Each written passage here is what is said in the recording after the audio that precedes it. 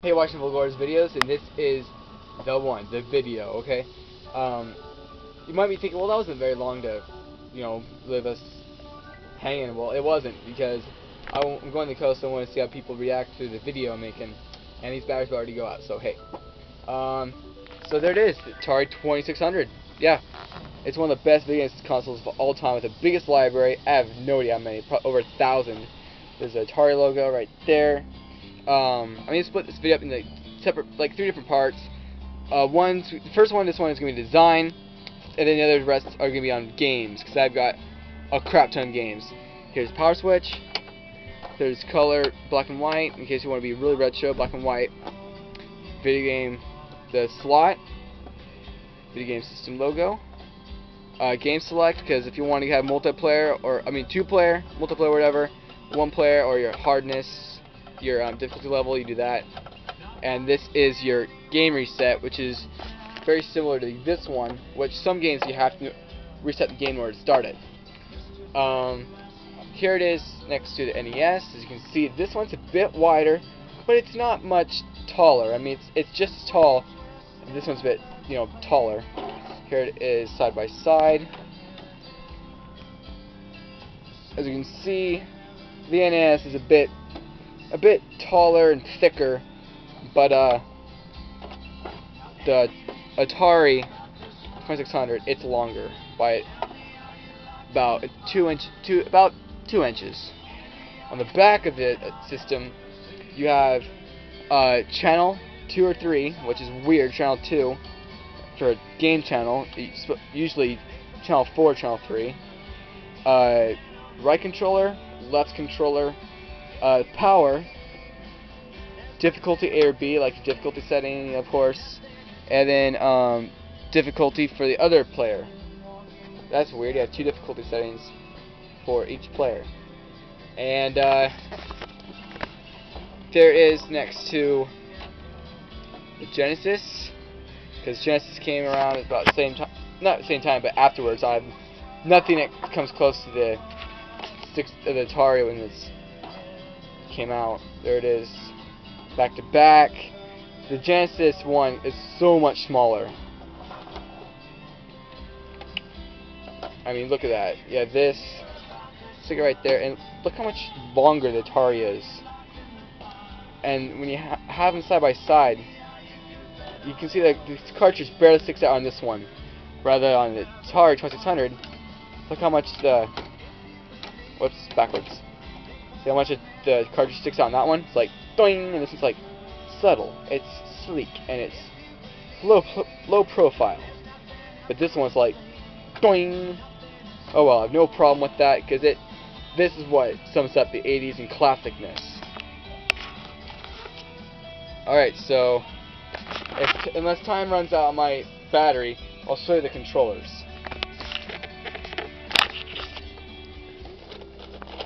Alright. This is what the controllers look like. I did not actually have any of the original controllers. Bite me. I'm sorry, but I couldn't find any that didn't come with the original ones. Oh, by the way, I got this for 25 bucks from my buddy Marshall. You can see him on Michael's Farm or Shed Reaper on YouTube. Okay, here's one controller. It's not particularly bad. It's just really, really loose, but it's better than nothing.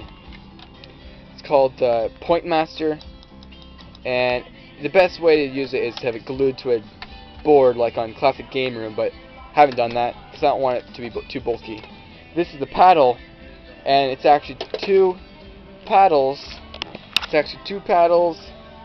So you have the knob, and this one is the paddle one because you can turn it and it'll stop turning. If it's the racing paddle or the racing knob, it'll keep on going around and will never stop.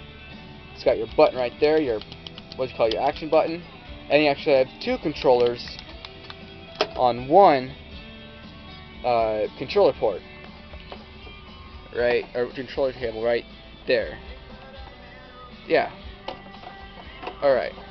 Now here's a quite a surprise for some of you that might not know this, but other people will. You'll know this anyways. Just trust me. Okay. See this? Sega. You can actually. Trust me on this. Look at this. See that cable? And look at this cable. They look nothing apart, except for the Sega logo and Atari logo. You can actually plug an Atari, or the Sega controller, into the Atari 2600. And I will demonstrate it later on when I demonstrate games. Yeah, and it works too. Just trust me. Oh, one more thing on this. That is not the original end. The original end actually looks like the part on the, let's see, right here. Ooh, crap. It looks, the end normally looks like this, but my friend, his dad like modded it, and so instead of having a stupid converter box, what you'd have to do, all he does, let's see, we clipped it off, and then he made it so the end is like this, which I'd rather have it screw on top, but this makes it a whole lot easier. You don't have to keep track of any boxes, converter boxes. And comparing the games, here's one game, Circus Atari, kind of like Breakout with what we call it, a teeter-totter. Look how much smaller the game is. Yeah, that's pretty crazy. Maybe it was just a strategy Nintendo had to make the cartridge so much different, so people wouldn't consider it as a video game console. They'd consider it more like a robotic console, whatever they called it, you know, to get around the video game crash. I mean, look how it just dwarfs it. Yeah, you might notice I'm stealing this from Classic Game Room, but whatever. I love that YouTube channel. At least with the NES cartridge, you have a thing to pull it out with, which you're going to be using because, as you all know, you're going to need to be pulling them out constantly to, you know, blow into them. But rather with these, trust me on this, but they actually work every single time. The first and every time. You just, no blowing required. You just stick them in there like a toast in a toaster, like bread in a toaster, and pop, and it's on. And when I demonstrate the games, you will see. And well, that's pretty much it for the design of it. I mean, I guess we could look on the back really fast.